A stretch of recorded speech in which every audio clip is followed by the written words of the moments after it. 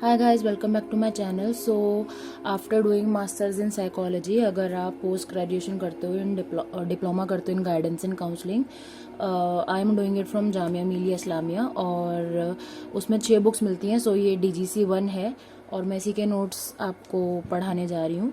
सो हमारी first book है psychological basis of guidance and counselling, जिसमें आपकी 5 यूनिट्स हैं और 5 यूनिट्स में ऑलमोस्ट हर एक में 3 यूनिट्स है, एक्सेप्ट इसमें 4 और 5 दो और एक्स्ट्रा यूनिट्स हैं। सो कोई नहीं, हम स्टार्ट करते हैं फ्रॉम ब्लॉक 1 इंट्रोडक्शन।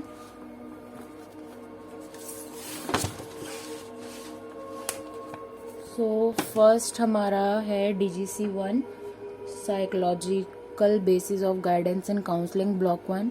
सो इसमें सबसे पहले हमारे को बता रखा है कि साइकोलॉजी क्या होती है और साइकोलॉजी का बेसिक मतलब है, ये ग्रीक वर्ड से लिया है साइकी, जिसका मतलब होता है mind, soul and spirit. Starting में सिर्फ साइकी का मतलब सोल से लिया जाता था, बट अब इसका मतलब माइंड और सोल और स्पिरिट से है और इसको हम कहते हैं द साइंस ऑफ सेल्फ और माइंड। ठीक है, साइकोलॉजी बेसिकली एक एकेडमिक और अप्लाइड डिसिप्लिन है and it involve scientific study of human behaviour and it is concern with the interaction of human with the environment. और वहाँ पे जो हमारा इंसान का बिहेवियर है उसको हम साइकोलॉजी में पढ़ते हैं। It helps to improve the quality of human life. और ह्यूमन लाइफ की क्वालिटी कैसे इम्प्रूव करता है? जो हम काउंसलिंग करते हैं, डायग्नोस करते हैं मेंटल इलनेस को, जो हम ट्रीटमेंट्स करते हैं, उसके थ्रू ये हमारे को हेल्प करता है। उसके बाद है ब्रांचेस क्या क्या होती हैं साइकोलॉजी की। तो ये आपके आ गई clinical, industrial counselling, criminal, occupational, etcetera. बहुत सारी ब्रांचेस है, बट जो हमारी जो बेसिक 4 होती हैं, जो 3 तो हमारे को काउंसलिंग में उसमें बता दी थी मास्टर्स में, कि क्लिनिकल होती है, इंडस्ट्रियल होती है और हमारी जो काउंसलिंग है वो होती है।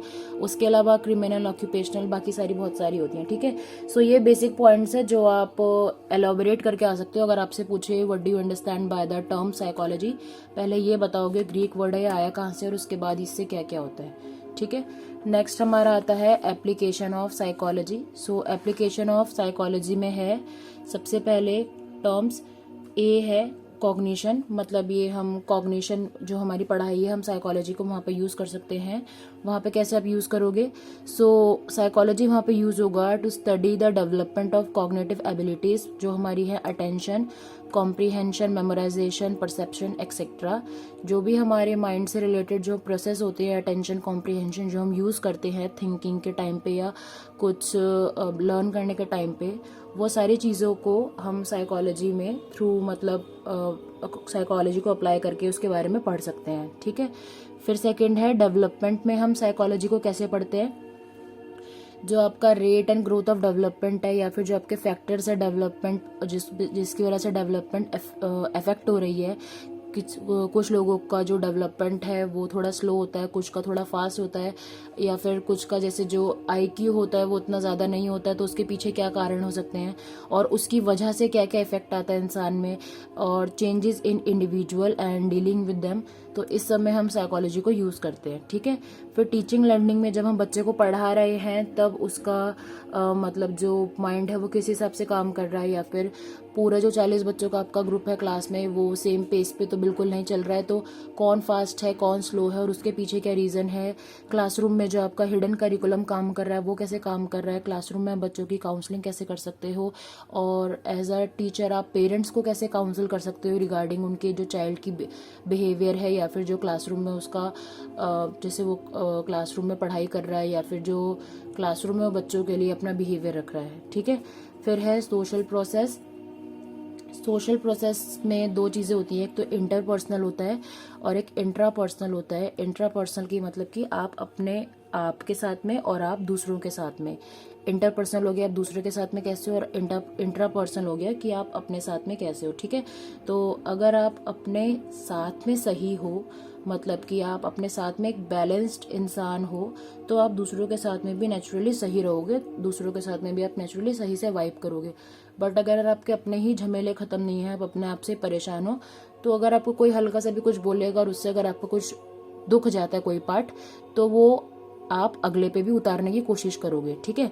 अब अपना गुस्सा बाहर आपका आएगा ही आएगा, ठीक है। तो यहाँ पे हम साइकोलॉजी को रखते हैं कि हम ये समझ पाए कि एक सोशल प्रोसेस में एक इंडिविजुअल कैसे वर्क करता है, और इंडिविजुअल्स थॉट, फीलिंग, बिहेवियर, एक इंडिविजुअल का थॉट, फीलिंग और बिहेवियर कैसे एक सोशल प्रोसेस में वो एडजस्ट करता है, ये सब हम साइकोलॉजी में सोशल प्रोसेस में सीखते हैं, ठीक है। फिर है इंडिविजुअल डिफरेंस। इंडिविजुअल डिफरेंस होता है जो भी हमारा एक एज अ ह्यूमन इंडिविजुअलिटी है। इंडिविजुअल डिफरेंस में आता है आपका जो भी हमारी डिफरेंट अप्रोच होती है, एबिलिटी, हम जो हमारी प्रेफरेंस है, पर्सनैलिटी होती है, एज अ ह्यूमन हम सारे के सारे थोड़े एक ना एक हर एक से अलग होते हैं, तो वो हम कैसे कैरी करते हैं, उसमें हमारा साइकोलॉजी का क्या इफेक्ट पड़ता है। हम हर एक के पास में अलग कैपेसिटी होती है, कैपेबिलिटी होती है, हर एक की पर्सनैलिटी काफ़ी अलग होती है, हम सभी के परसेप्शंस एक ही चीज़ को लेके काफ़ी अलग हो सकते हैं। तो यहाँ पे इंडिविजुअल डिफरेंसेस में हम ये पढ़ते हैं, ठीक है। फिर है selection and training. So selection and training में आ जाता है use of necessary skill set या फिर कॉम्पिटेंस एनहांसमेंट। मतलब कि जैसे कि अगर आप कोई भी वैसा एप्टीट्यूड वाला टेस्ट देते हो तो उसमें आपका वो रीजनिंग और लॉजिकल रीजनिंग वगैरह ये सब टेस्ट करते हैं एप्टीट्यूड, तो उसके पीछे भी आपकी साइकोलॉजी होती है। और या फिर अगर आप जो थोड़े वैसे पेपर होते हैं, हाई लेवल पेपर होते हैं, उसमें आपको अजम्पशंस देते हैं कि सपोज आप यहाँ इस कमरे में हो और यहाँ पे चोर आ गया या पुलिस आ गया तो आप कैसे एक्शन लोगे, या 10 बंदे रखे हुए हैं और उनमें से कोई 2 टेररिस्ट है तो उनके साथ में आप कैसे रखोगे। तो वहाँ पे आपकी साइकोलॉजी वो टेस्ट करते हैं कि आपका एक तो आंसर क्या है और उस आंसर के पीछे आपका रीज़न क्या है, ठीक है। सो अब टीचिंग में भी जब आप जाते हो तो आपको टीचिंग में वो एक ना एक ऐसा क्वेश्चन पूछते ही हैं कि अगर आपकी क्लास में बच्चे लड़ाई कर रहे हैं तो आप उसको कैसे टैकल करोगे। तो अगर आप कह रहे हो कि मैं उन दोनों बच्चों को एक चाटा, वैसे ऑफकोर्स अब तो कोई भी नहीं बोलेगा, जो लगाता है वो तक नहीं बोलेगा, आप ये बोलोगे कि मैं उन दोनों बच्चों को बोलूँगी कि आपका लड़ाई के पीछे का रीज़न क्या है, और उसके बाद आप पूरी क्लास के सामने उनको बोलो कि आप अपना रीज़न बताइए और वैलिडेट कीजिए कि आप सही हैं, या तो ये कर सकते हो, या फिर आप बोलो कि आप उन दोनों को बोलोगे कि रीज़न क्या था लड़ाई का, या फिर आपने हाथ क्यों उठाया।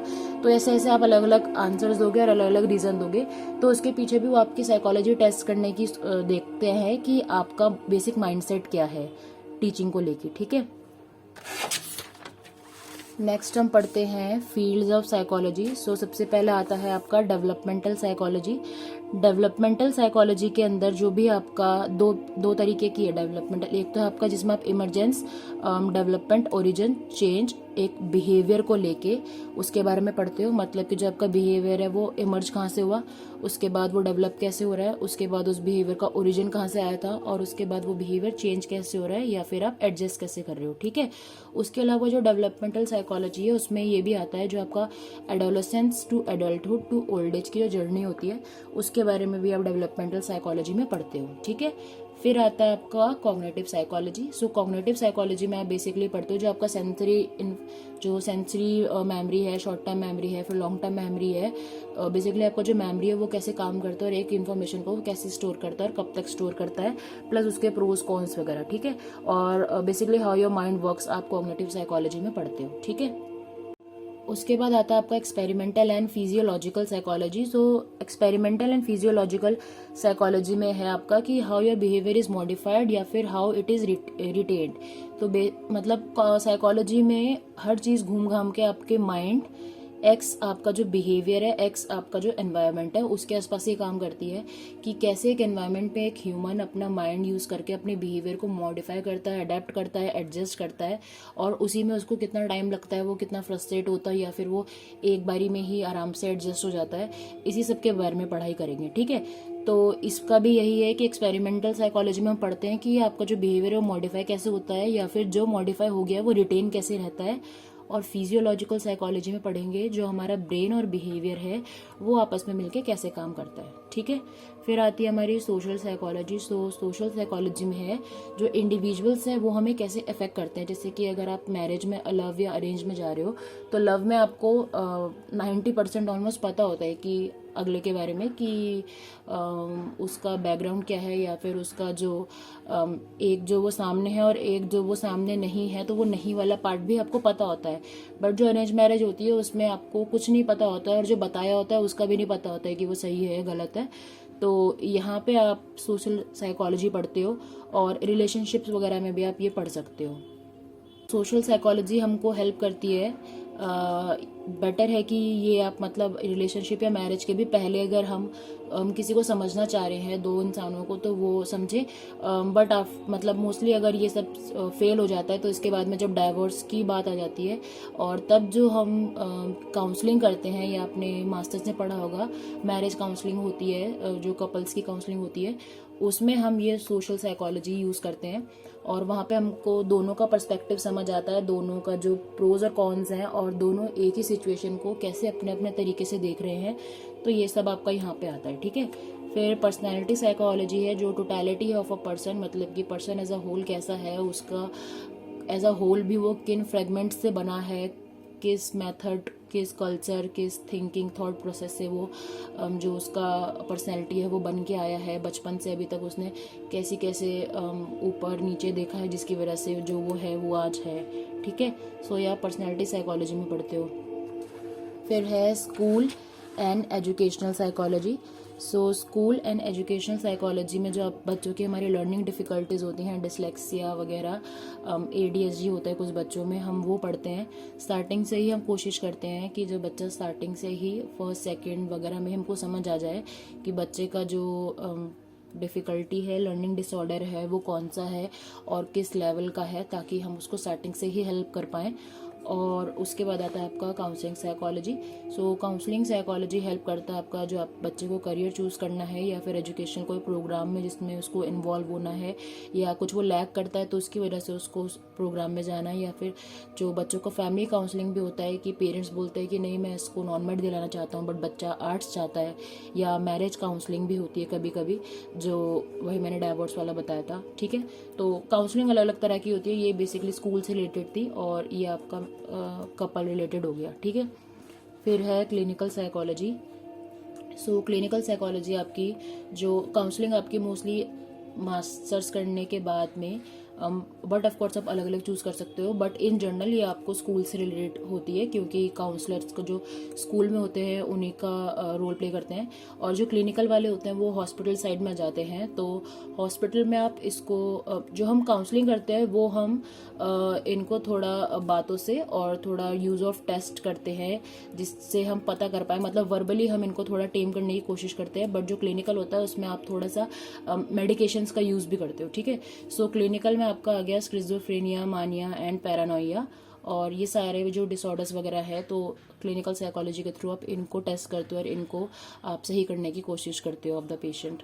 फिर है इंडस्ट्रियल एंड ऑर्गेनाइजेशनल साइकोलॉजी। सो ये बेसिकली कंपनीज में होता है, जो कंपनीज में क्लाइंट्स या जो भी आपका कंपनी में जो लोग काम कर रहे हैं वो अगर फ्रस्ट्रेट है या कुछ भी प्रॉब्लम है, तो वहाँ पे लोग बैठे होते हैं जो उनको शांत करने की कोशिश करते हैं या फिर रूट कॉज फाइंड आउट करने की कोशिश करते हैं।